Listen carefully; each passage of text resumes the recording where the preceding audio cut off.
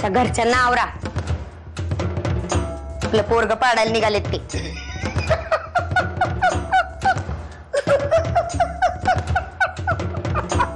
असायला काय झालंय आता? आपलं पोरग पाडायला निघालेत तुमच्या घरातले, तुम्ही हसताय. जावा तिकडं, मला नाही बोलायचं तुमच्याशी. तुझ्या नाटकाला बोलणारे लोक नाही ते किल्लेदार म्हणते ना, कळ का? अशा तुझ्या नाटकाला फसणार नाही ते, कळ का नाही? पुरंदरे साहेब, काल आपल्यात झालेलं बोलणं आज पटलं म्हणून फोन केला. मला वाटलंच होतं की आपला फोन येणार म्हणून. नाही, आपण लवकर भेटलं पाहिजे. पुढच्या गोष्टी ठरल्या तरच वेळ वाचेल आपला. ठीक आहे, मग जिथे काल भेटलो तिथेच भेटूया आपण. नाही, आम्ही एकदा भेटलेल्या ठिकाणी पुन्हा पुन्हा भेटत नसतो.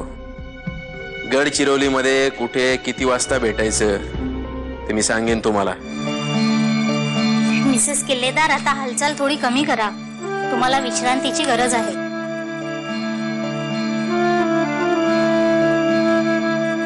डॉक्टर, सध्या घरात काय चाललंय तुम्हाला माहिती आहे ना? हो, मला माहिती आहे, म्हणून तुमची धावपळ होते हेही कळतंय मला. मला कालपासून थोडं अस्वस्थ वाटत होतं. हे बघा मिसेस किल्लेदार, मला सगळं मान्य आहे, तरी सुद्धा तुम्हाला आता स्वतःची काळजी घ्यायला हवी. म्हणजे काय झालंय मला? मिसेस किल्लेदार, बातमी आनंदाची आहे. अभिनंदन, तुम्ही आई होणार आहात. जानकी, माझी काळजी करू नकोस, काही होणार नाही मला. कारण तुझ्यापासून लांब नाहीये मी. ज्या ज्या वेळी मी डोळे मिटतो तेव्हा तू माझ्या समोर असतेस. आपली सगळी माणसं आता तुझ्या भरोश्यावर आहेत, त्यांना जप. काय झालं डॉक्टर, एवढा वेळ का लागला? आत्याबाई, आता तुम्हाला मिसेस किल्लेदारांची खूप काळजी घ्यावी लागणार आहे. ती सगळ्या घराला सांभाळते, आम्ही काय तिची काळजी घेणार? मग आता तुम्ही सगळ्यांनी मिळून त्यांची खूप काळजी घ्या, कारण ते आता आई होणार आहेत. काय?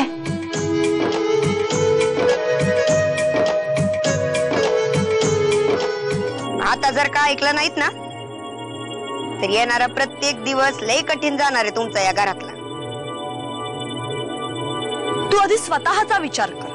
हो, माझा विचार करायला माझ्याकडे वेळ कुठे आता? आता जानकीची काळजी घ्यायची मला रात्रंदिवस. म्हणजे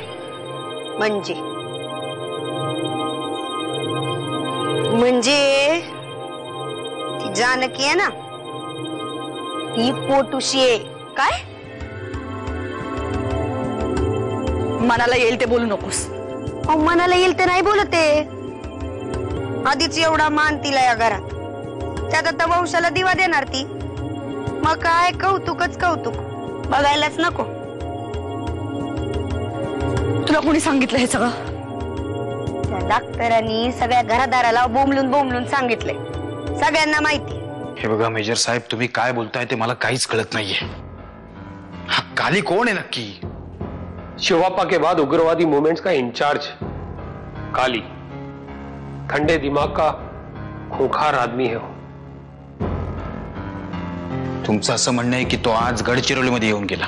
मैं कह नहीं रहा हूं, यही सच है. वो काली ही था जो यहां के सबसे बड़े होटल में आकर चला गया, पर किससे मिलने आया था इस बात का पता नहीं चल सका. या सगळ्यामध्ये साहेबांच्या जीवाला धोका तर नाही होऊ शकत ना? हम अभी कुछ नहीं कह सकते मिस्टर वाकनीस. काली का यहां आना जरूर कोई बड़ी बात है. एक बार इस बात का पता चल जाए तो इस गुत्थी को सुलझाने में ज्यादा वक्त नहीं लगेगा. तू त्यांना बोलवून बघ ना, ते नक्की येतील. त्यांना म्हणावं आम्ही तुमची वाट पाहतोय.